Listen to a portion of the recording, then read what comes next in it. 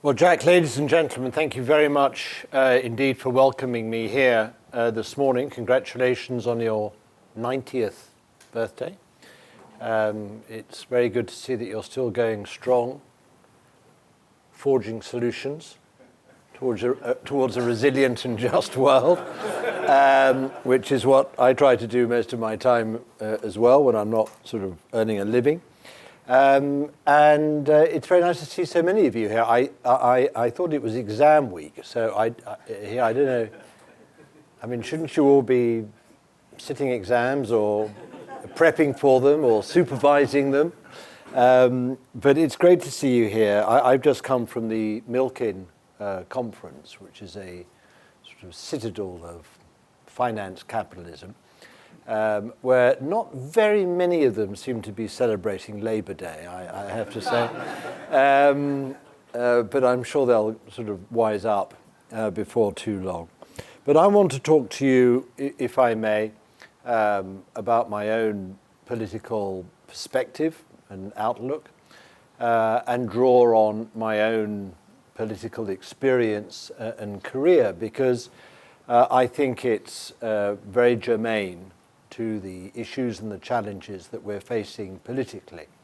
Obviously, if you want to delve further and deeper into my political antecedents, you just have to, as Jack said, buy the book, which is still available at all good bookshops and on Amazon, The Third Man.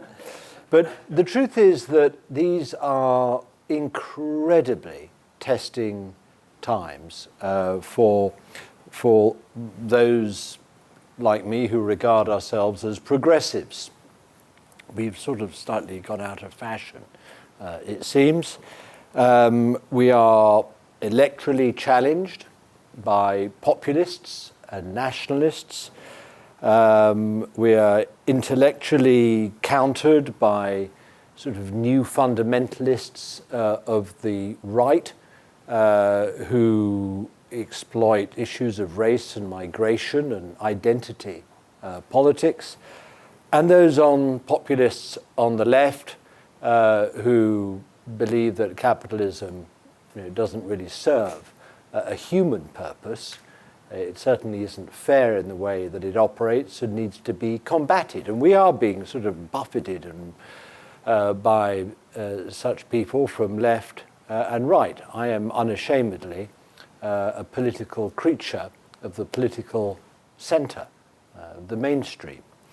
And people like me nowadays are quite easily characterized by these political insurgents, as I would generously call them, as basically being yesterday rather than tomorrow. We're sellouts rather than idealists. We are elite rather than of the people. And the truth is, there's a bit of truth in all those three things. But they now go further and sort of cast us as being, incredibly naive in international affairs for our advocacy of rules and of cooperation internationally, because they live in their preferred world of my country first, second and third, of strong men, leaders, of power battles, and basically short-term, rather more transactional politics. Now, what do I mean by progressivism? I go back to the 1990s and the first decade of this century.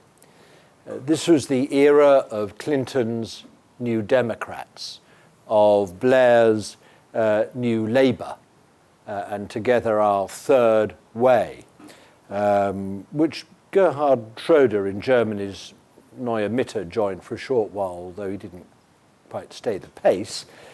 And it was an era of a paradigm of politics which joined the left to the center, which joined social justice to economic competence. It joined pragmatism to idealism, and en route collected large majorities of the public which backed all three. And I'd been the UK Labour Party's campaign and communications director since 1985. I am indeed older than I look, although I did start this when I was extremely young. And I started off as Labour's campaign director during my party's sort of last near-death experience. It's currently going through another one. We might come back to that. But we saved it. We turned it round and, in effect, constructed, as we thought, a new party that would last forever. I was called its architect simply because, for me, it was a 10-year labour of love, which only came finally to electoral fruition after Blair took over as leader of our party in 1994, 10 years after I had started. And then we went on to win the biggest landslide victory in British political history in 1997. And we exported our new Labour paradigm to Europe and elsewhere in the world. And actually, it was a marvellous time to be alive and active in politics. So what were we about in reality? What we were doing quite consciously was sort of reining in, to an extent, not completely, but to an extent, reining in some of the Reagan-Thatcher market counter-revolution of the 1980s. Its automatic assumption of private good, public bad, as it was perceived. Its neglect of the duty of government to show solidarity and to intervene in order to create social opportunity for all. You know, this we felt they were overlooking whilst giving, frankly, or promoting sort of hyper rewards for those who were already very well off, and creating what was for us an unacceptably unequal society. But it was also about reinvention. And this is very important, and I want to stress it to you. We were not simply about trying to sort of organize and deliver a rerun of the New Deal or Keynesian welfare statism. We were interested, very interested, in getting people off welfare and back into work. We believed in the private sector and a role for the private sector, both in, obviously, the economy, but also, to an extent, the delivery of public services. We believed in entrepreneurialism, and we embraced the incentives that are needed for entrepreneurialism to succeed. We were deeply committed to public services, but we wanted to rethink their delivery, just as we need, in my view, to do so again now in this century, in the advent of digitalization and artificial intelligence. Electorally, we were tuned into an electorate that was less blue-collar, better educated, and more aspirational than had been the case for many in the past. Bright and able, we were willing to overturn some of the shibboleths of our party in order to search for what works better, and in a sense were quite prepared to question and challenge those sacred cows of our doctrine and dogma as a party in our search for what would work better to give people improved and better lives. We were for responsibility as well as for rights, for the obligations of solidarity as well as the greater freedom of the individual. We were realists, I think, rather than woolly idealists. And we were comfortable with and regarded ourselves very much of the modern age. Optimists about the then emerging phenomenon of globalization, and believers in the power of technology and brain power to improve things and solve problems. We were unashamedly modern. And we were ambitious. We were ambitious both to win and to exercise political power, and to gather around us a party, from the bottom up, from across its grassroots, who sort of believed in us and what we stood for and were committed to making that government a success, rather than, frankly, as many on the left and the Labour Party had done previously, just waiting for betrayal by their leaders so that they could quickly get on with the real meat of politics, which was to denounce them savagely. Now, they were propitious times. Generally, outside Britain, the fall of the Berlin Wall and Russia's shrunken power both recast the global balance of power and released a peace dividend, by the way, that allowed us to spend more on welfare than warfare. But it also recast a sort of global map of ideas. In particular, it was the final death knell of the already flagging idea of there being some ideal socialist planned economy, which had driven many people's beliefs and hopes in the post-war period.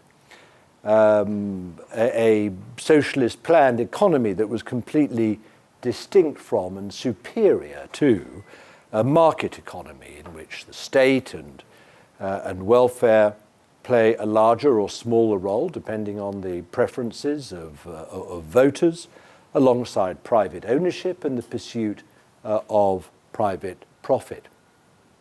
Our policies, luckily in a sense, but partly through good management of the economy, were underpinned by the world's sort of largest market economies being on a run of benign growth, 90s into the beginning of the century, and no return of the inflation that had been a defining economic characteristic of the 1960s through to the 1980s. And we prospered as a result, politically. And Clinton and Blair and beyond and others, we made the political weather. Our opponents were by and large on the run. Everyone in politics who wanted to succeed sort of wanted to be like us. And to borrow a phrase, it really felt as if we were masters of the political universe. And we did have reason to be proud in government. We reduced inequality, we transformed the quality of life of literally millions of our fellow citizens. We sent more young people to university and all but eradicated child poverty and indignity in old age, where for so many people they had to make a choice between heating and eating because of their poverty. We championed and we catalyzed action on climate change, on international development, aspiring to a world that was run on the basis of rules rather than might or simply self-interest. But I can tell from your faces that you're waiting for a but. So let us fast forward a couple of decades, because at the end of the second decade of this century, the third way finds itself out of fashion or worse, repudiated by many. And today's political weather is being made by others, not by sort of centrists like me and those of us who are in government. Hence, President Trump here in the United States of America. Hence, Italy governed now by a coalition of populists and nationalists after the sort of implosion of both their centre-left and centre-right parties. Vox, the new nationalist party, on the rise in Spain, as you saw in the elections on Sunday. And of course, the UK's Labour Party, now led by a figure from the party's far left, while Germany's SPD is basically just watching its electoral support shrink.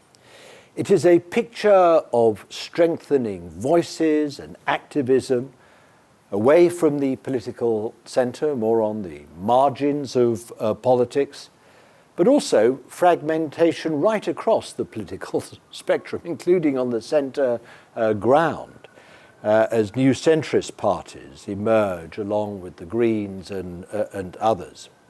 And you'll not be surprised to hear that I don't believe that the populists and the nationalists offer a way forward, quite the opposite. They attack those in charge. They're very good at denouncing people who hold office, saying that they occupy a swamp that desperately needs to be drained. They rail against elites. They create a world basically where nothing is actually true, but if you believe them, everything is possible. But without, in my view, the policies to bring about that change and improvement in people's lives. Globalization, technological change, and the knowledge-based low-carbon economy are, in my view, all here to stay. There is no future to be had in the past, which is what, in my view, most of the nationalists and the populists would like to do. Just turn the clock back to an imagined ideal past where everything was sort of coming up roses and everyone had perfect lives, unthreatened by economics or migration or China or whatever. But here's the point about the future. Unless we can point to a future in which there is a much more equal distribution of the fruits of what we are doing, we are not going to be able to win a lasting political argument. We are not going to be able to sustain ourselves in office. We're not going to be able to carry that consensus that we need, that coalition of support across our respective countries that we need in order to bring about those changes and implement those policies to improve people's lives. We have to fix an economic system which is failing to work for too many people in our countries. So when you are disappointed, when you're so angry, when you see a minority around you doing so well, I don't sneer at people for rebelling. I don't sneer at people for voting for nationalist or populist or other new parties on the margins of politics. I don't sneer at them because for many they are doing what is a normal and natural expression of their anger and their rejection of the status quo and what they see as, frankly, a rather complacent mainstream in politics. And to be able to turn to solutions, however simplistic they may seem to us, I don't think is an unnatural thing to do. I don't think it's unnatural to blame people in office for their lives and for the direction of their country. I don't incidentally blame the people who I would regard as the Little Englanders in my own country, who have sort of turned inwards and rejected our association with our neighbours in Europe. But I sure do believe that we can't simply sit back and just watch this happening, as if we can't reshape politics and build a better alternative and a better future. You see, what is happening, in politics in all our countries is populists who are constantly seeking to divide us from them. It is a reinvention of a them and us politics rather than the construction of a unifying social and economic message from which everyone can benefit.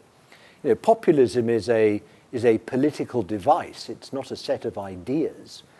It thrives on differences, clear or apparent, as the basis for divisions that populists can then exploit for their own political gain, as they pitch to the voters that they're going to put us first at the expense of them. And for the management of public policy, which is so relevant to you, it makes fact-based debate about policy very, very much more difficult. The honest weighing up of policy choices becomes very challenging in such a divided political climate. Coalition and consensus building is a very steep climb in politics of this kind. And the ability to survive in office for more than one term without being swept away as yet another useless incumbent who's failed to deliver, almost impossible. But here is the concluding point I want to make to you. I don't want to talk too soon, and please don't ask me for too much evidence of what I am just about to say. But whilst populism has proved very cute politics in many places, it isn't proving anything more than that, in my view. And the public are beginning to rumble this. They're beginning to wake up to the fact that all the promises that have been made aren't actually being transacted in a way that's transforming their lives as they were told they would. Where it's being tried, populism in government, it's not actually delivering good government. I mean, populism is actually a device for winning power, not exercising it. They make you an effective and feared political communicator, like your own president, here in the United States. And my word, does he make an impact with his communications. You can be a very good generator of tweets and headlines, but not a leader as such, and not a deliverer of lasting change that brings about those changes in people's lives which you've originally advertised. Now, you don't step into the future, in other words, by closing the door on it. And eventually you get found out, in my view, when the promises you've made remain just that. And when people look around and discover, for all the heat and all the fury of the campaign, all they actually have to show for it is a poor, more unequal, and a more fragmented society. You know, the good society, the one everyone aspires to, does need rules, and it does need common effort. And that requires parties that can build majorities, that can talk across the aisle and not simply to their base. It requires them to govern coherently and consistently and durably, because without that, you're no further forward. And my view is that progressivism, or social democracy as I would call it, continues to be the best bundle of ideas, of insights and values on which to govern well for the many and not the few. But progressives need to recognize, and I underline this point to you finally, as Bill Galston at Brookings put it, new circumstances require new policies. And the new circumstances we face require more than a tweak of the policy dial. The scale of the public policy challenges that we face in our towns and in our cities, in our neighborhoods and and in our communities demand big thinking, and they require big solutions if they're going to deliver change on the scale that people rightly are demanding. You know, when I first entered government in 1997, globalization was mostly, let's face it, an intellectual concept about which the mainstream, particularly in the northern European states rather than the Italies and Spains and Portugals, we all spoke very approvingly and very confidently about globalization and what it was going to generate and what it was going to create and how we could transform life and create all those fruits and benefits. And we did so in signaling our confidence in the value of free, liberalized markets and open trade in a more connected and integrated world. And the truth is that economics has been better at creating and sustaining that world than politics has done in delivering and distributing the benefits and fruits of that world. And let's face it, we spoke mostly about its benefits in rather abstract economic terms. We used to speak about growth and all the other fruits of globalization in aggregates rather than in personal or individual gain. And we sidestepped addressing actually how the gains of globalization would be properly distributed. Who would carry the cost that change brings and the adjustment that falls on people and communities and the public policy responses that were needed to make sense of globalization and to deliver it in a way that was good for the majority and not for the few. And 2 decades later, global capitalism has evolved, in some ways unrecognizably, and we're seeing this all around us, and I don't have to tell you about that in California. New businesses, new products, new services, and business-to-business platforms are being transformed by digital technology. In many respects, economics is working even better today than it did in the past, even though the world is a tougher, more competitive, and less forgiving place in which to earn a living.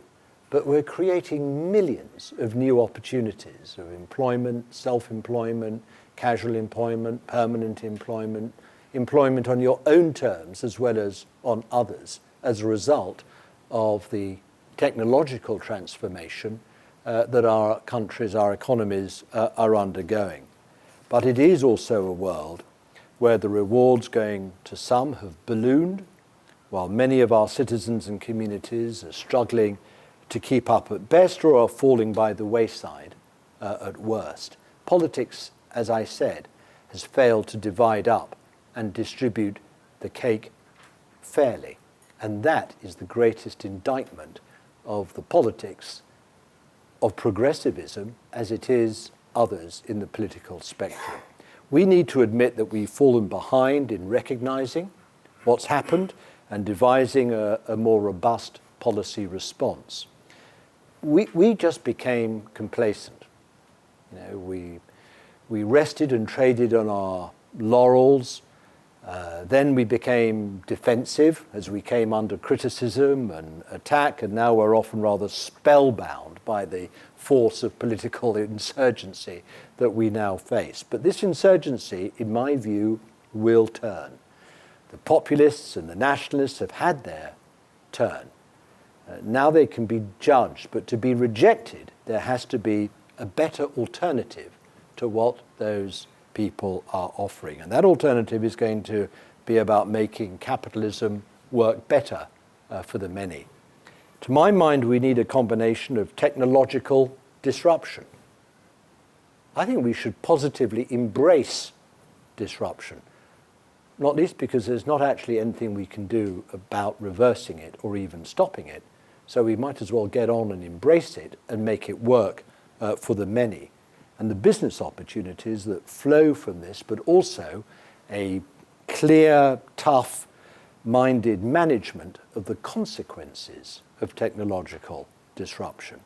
We need a sense of conscience in the way in which we govern the country, an abiding belief in the value of redistribution, a partnership between public and private, and an end to the argument that nations thrive when they are better separated and apart.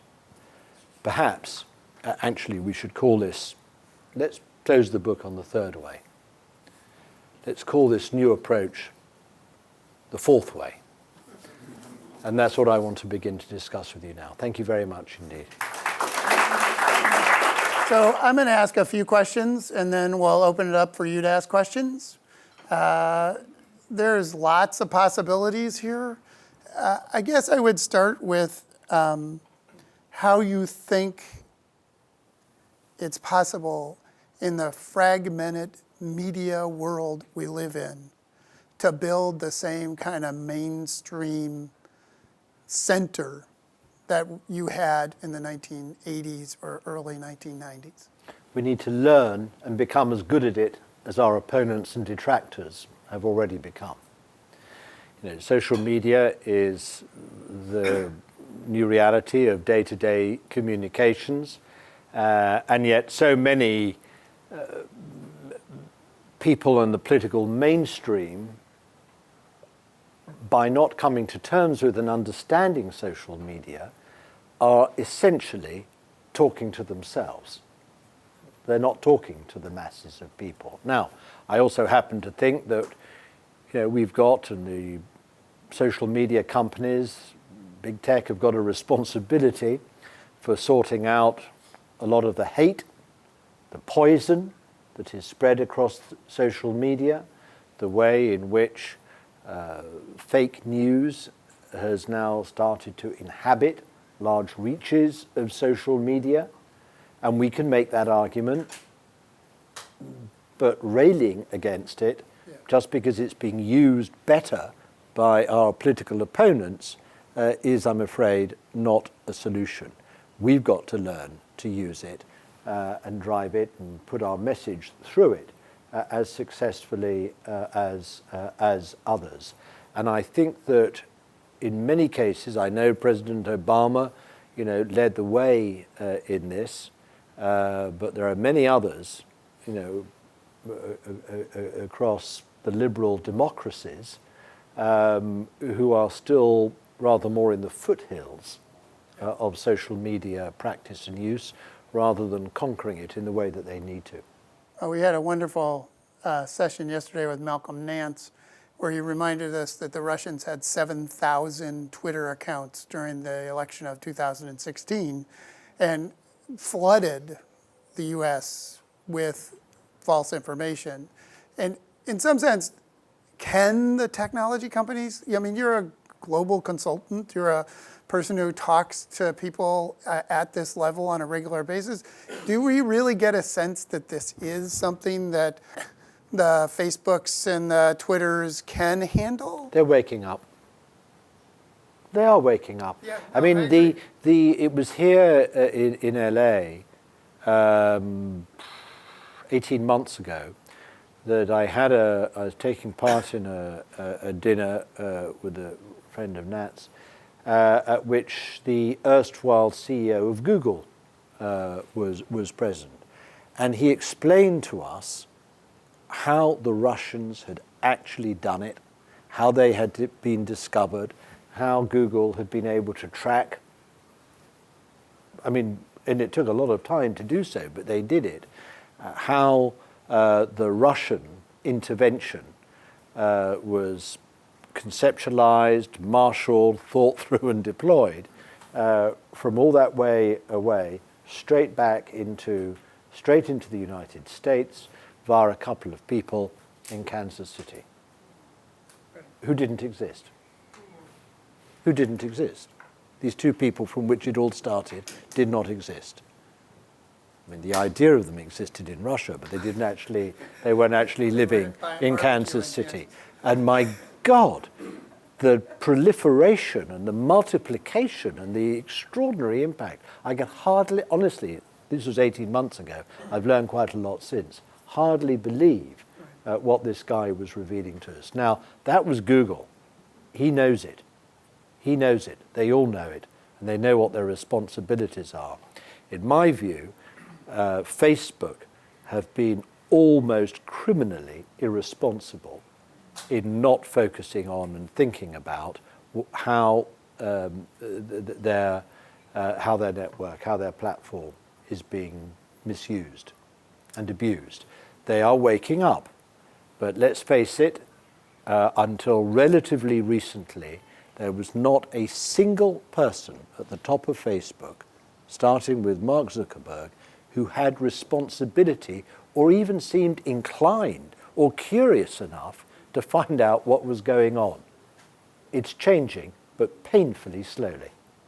So I guess the second thing that comes out of your talk that I'm fascinated by is how does this new labor or new progressivism find its way? What are the 5 principles that are the kinds of things that bring it together? Because in some sense, again, the tech people see themselves as progressives, but other people could see them as neoliberal libertarians. And so how do we find that space and that ideology? Let's put the technology platforms to one side and look to our own responsibilities first, okay? Yep.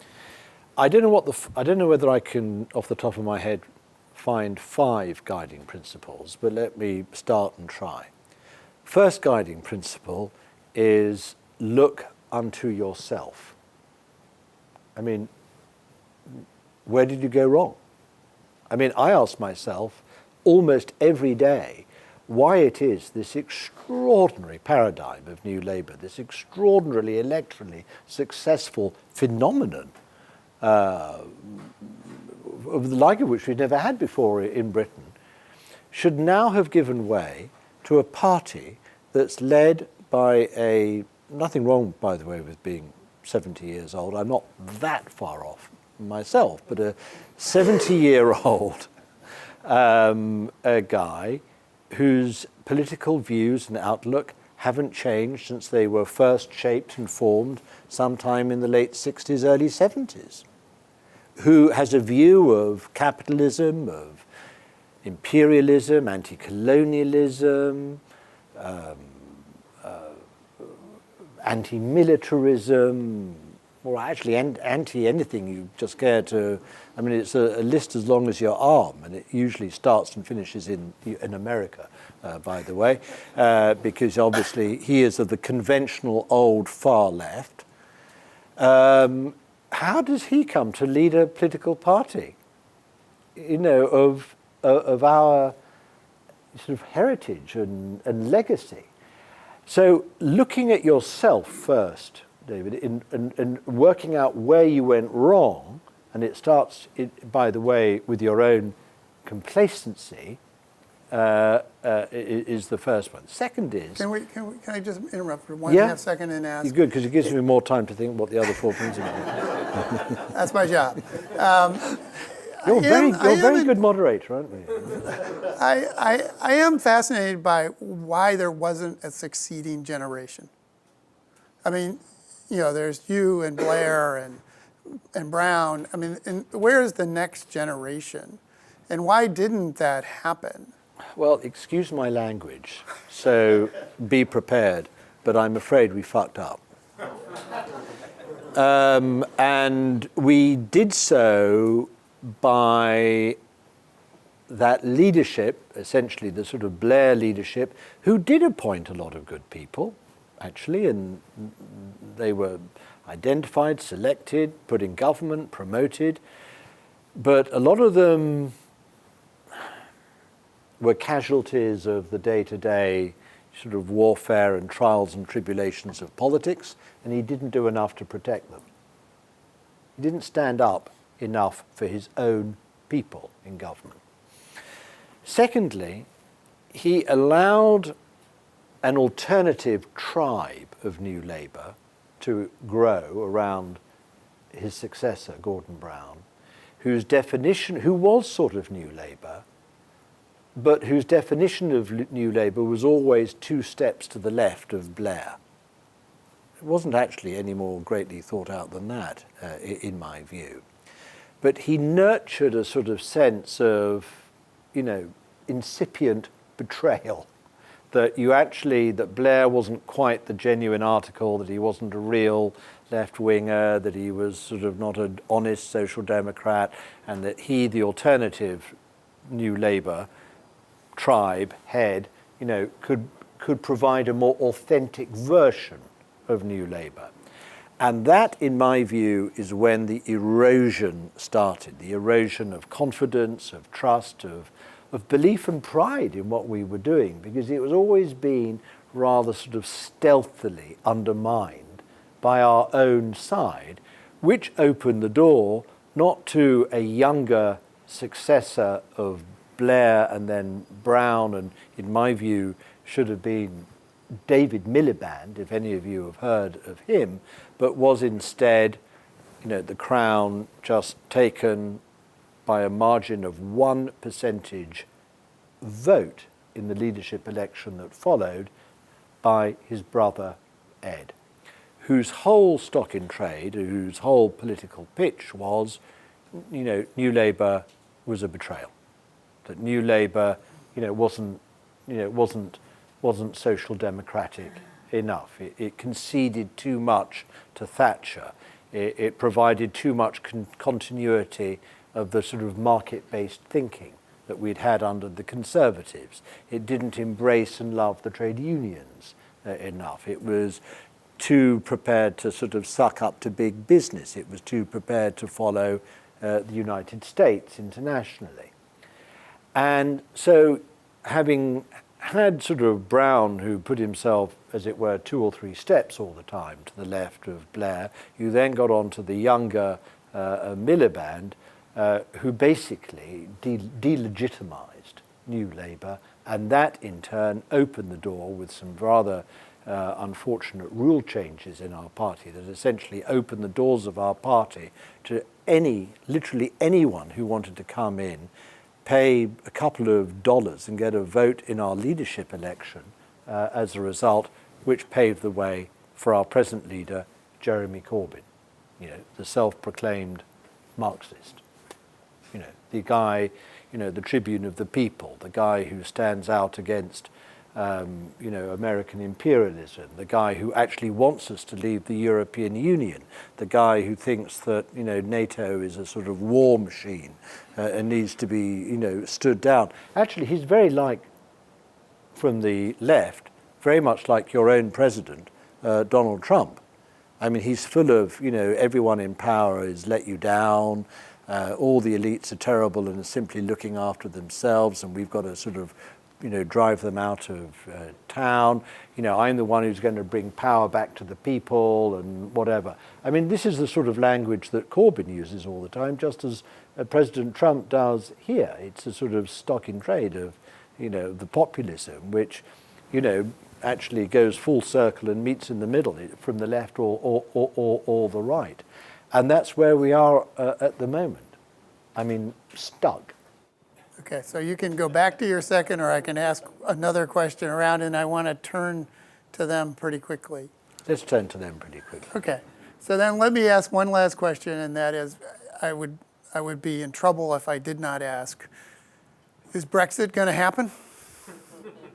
Not certainly or inevitably. That's nice. Well, I was reading this column yesterday from a person who was remarkably amazed at how all conversation about Brexit seems to have stopped or generally. I could find 40 articles or 140 articles in April, and I found 2 in May. Yeah, it's because the British politics is in a state of Brexit exhaustion, fatigue. I mean, we almost cannot summon up a further ounce of energy to debate it any further. But the reason why there is this stasis or paralysis is because, when the referendum was fought 3 years ago and won narrowly by those who wanted Britain to leave the European Union. They did so on a promise that we could leave the European Union but enjoy exactly the same benefits in trade and economic and security and whatever from the European Union whilst not being a member of it. And surprise, surprise, that's turned out not actually to be the case. That if you're going to leave the club, tear up your membership card, stop your direct debit that pays your sub, you can't actually sort of go out of the front door, giving a sort of little wave as you leave, and then go all the way around in through the back door and to continue to enjoy the facilities of the club without actually being a member and without paying a membership subscription. And that's what people have discovered, that if you want to have the same trade benefits in what is your largest export market, it's our home market. It's like California, deciding through some unilateral declaration of independence to leave the United States of America, but expecting to be treated in exactly the same way as you do so, or even better, because you can leave and then not have to pay any of these awful federal taxes or follow all these awful federal laws, and you're sort of in clover. But surprise, surprise, if you want to deliver your goods and services in that vast US market, I'm afraid you have to continue to follow the rules of that market, the product standards, the regulatory systems, the licensing, the whole caboodle. But now, after you've left, without having a say in those rules, without having a say in those laws, and people have sort of woken up to this finally. Now, there is an argument that let's just sort of walk away from it. Let's not try to sort of leave and remain at the same time. Let's just leave, walk away and sort of discover, reimagine, reinvent a whole new life for ourselves somewhere in a different universe or in a different global economy, or, why don't we just come to the United States? Why? Because you here in the United States, you're so free market and you're so open trading. You allow anyone to come and go as they please in the United States. You don't have sort of rules or protectionism or regulatory systems that protect, and put America first. So why don't we just come here, and earn our living? But of course, surprise, surprise, you do have these rules and you do have these protective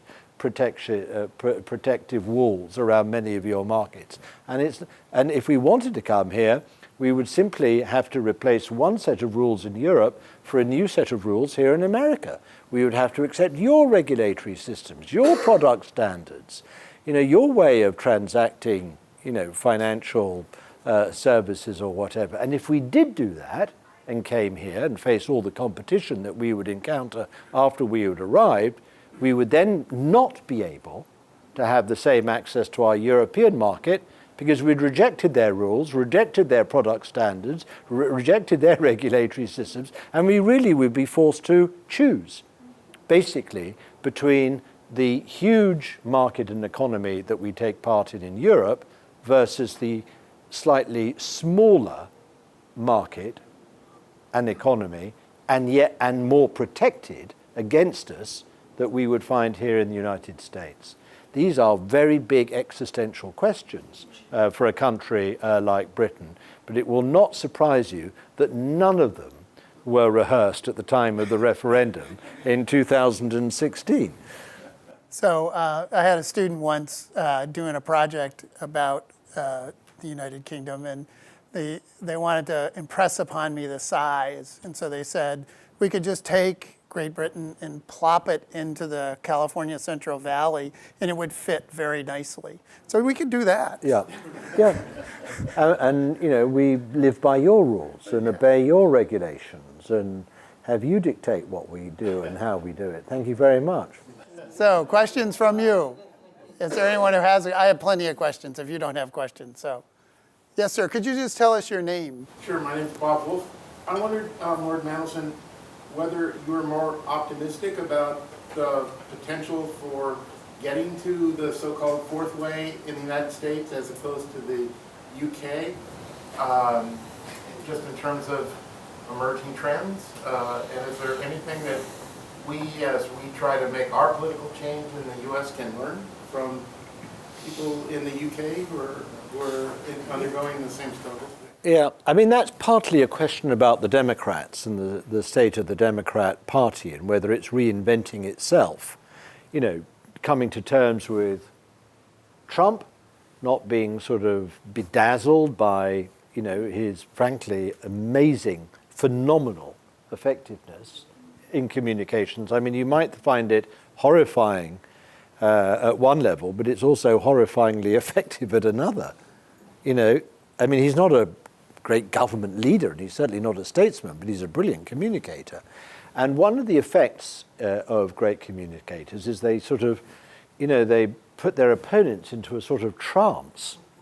You know, that they, you know, oh my God, you know, and the first thing you've got to do is almost to sort of rebuild and restore your own confidence and your own self-belief and your preparedness to take on this phenomenon before it gathers any more force and leaves you sort of straggling way down the sort of road here as it sort of, you know, fires off into the sunlit uplands. Now, the question for Mr. Trump, though, is whether he can effectively, in the next presidential election, be the same advocate and persuasive champion of change than he was in the last.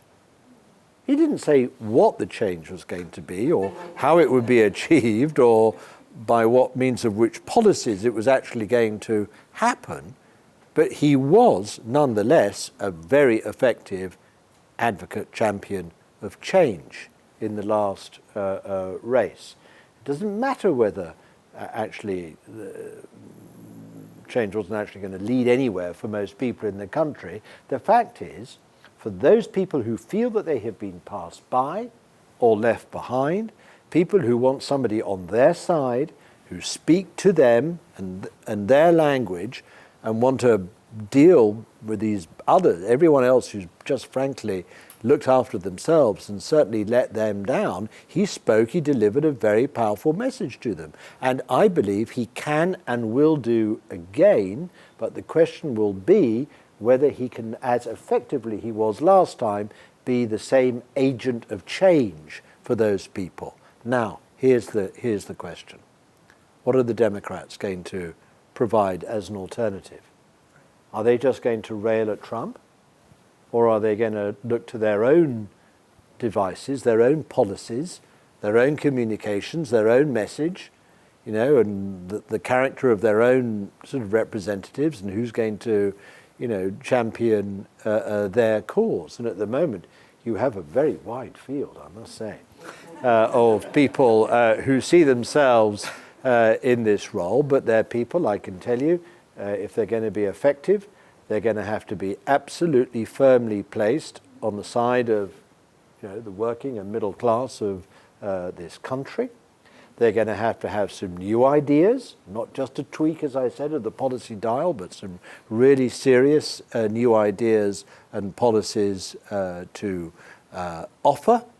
They have got to be fighters, you know, absolutely determined fighters to change the country in its direction in order to give people a better chance and better a set of opportunities. And they've got not simply to talk to the people in the cosmopolitan, metropolitan areas of this country, but in the towns rather than simply the cities, the shires and the suburbs, and not just that sort of metropolitan bunch of people who are, you know, who exist in very large numbers, but they do not in themselves constitute the politics of this country.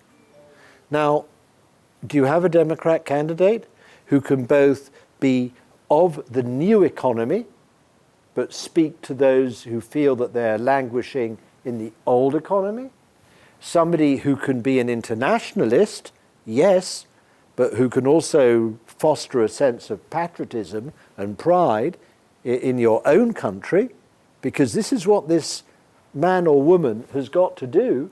Somebody who can fire up the base but also reach out to those swing voters who at the end of the day are going to decide who wins. Do you have a candidate like that? Your face. Well, I don't think we know yet. There's something wrong with your faces here. Hello? Anyway, let's go on to the next Another question. question, ma'am. What you're saying addresses the words up there that I've been focused on. Yeah. Listen to what you're saying. Forging solutions toward a resilient and just world. And resilient, to me, is the magic word. If we're not resilient, we're doomed. It's not, resilient is a brilliant word. It's not a people word.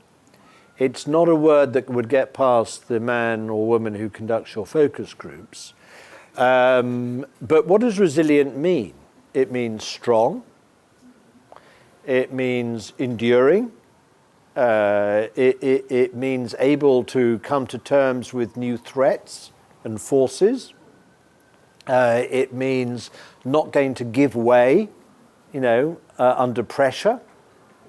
This is the politics, I agree, that we need to offer. It is resilient, and even though people won't immediately understand what you mean by resilient, they will have an instinct about it. I agree with you. I think I like this word. I like it as much as you do. Sir. Yeah. Hi. Your name, please. David Schlossberg. You touch on matters of fears and fairness and empowerment, and so I got a couple questions about that. I was curious thinking about whether we're going back to the opium wars, Britain and China, or today's trade war. Just any thoughts on what the West's great fear is of China, what that stems from, and then secondly, thinking about fairness and empowerment, I'm curious if you have any thoughts on the Swiss representative democracy, and if that is something that could be a model for other places, or is it something new? Or if you have any thoughts on... Forget Switzerland.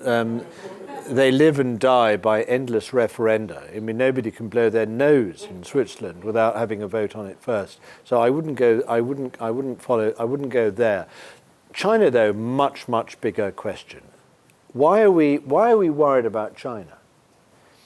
We're worried about China because for the entirety of the post-war period, the West has had its own way, called the shots, designed an international system that effectively represents or reflects our priorities and our values.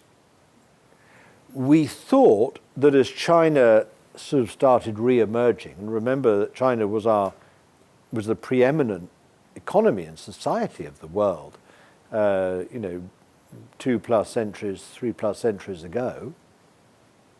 I mean, it's not as if it's never been there. It's come back, and it's come back with a vengeance. And it's growing its economy, it's enlarging its military, it's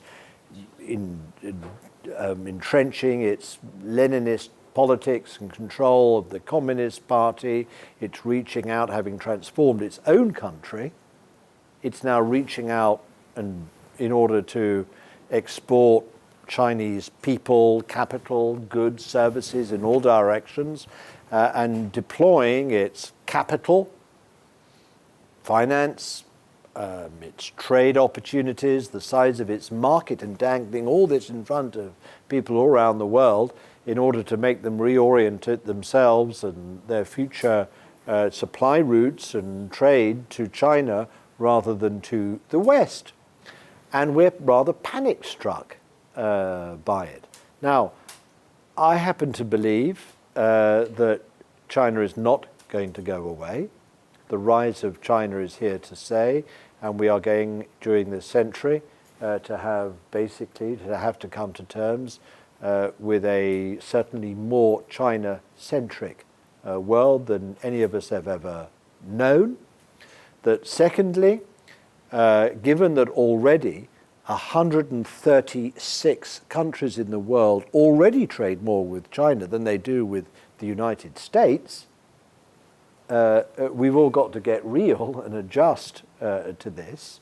that China has something very real to offer the rest of the world and is going to become the dominant player in the international trading system, that we want to strengthen and adapt the rules of that trading system in order to come to terms with China, rather than drive a coach and horses through that rules-based international system and that body, collective body that supervises international trade, the WTO, which is basically what President Trump is trying to do, because he doesn't like it and he feels it's not pro-American enough. And what he wants to do is to leverage American strength in the world in order to extract sort of more concessions, as it were, from the rest of the international trading system, and in particular China.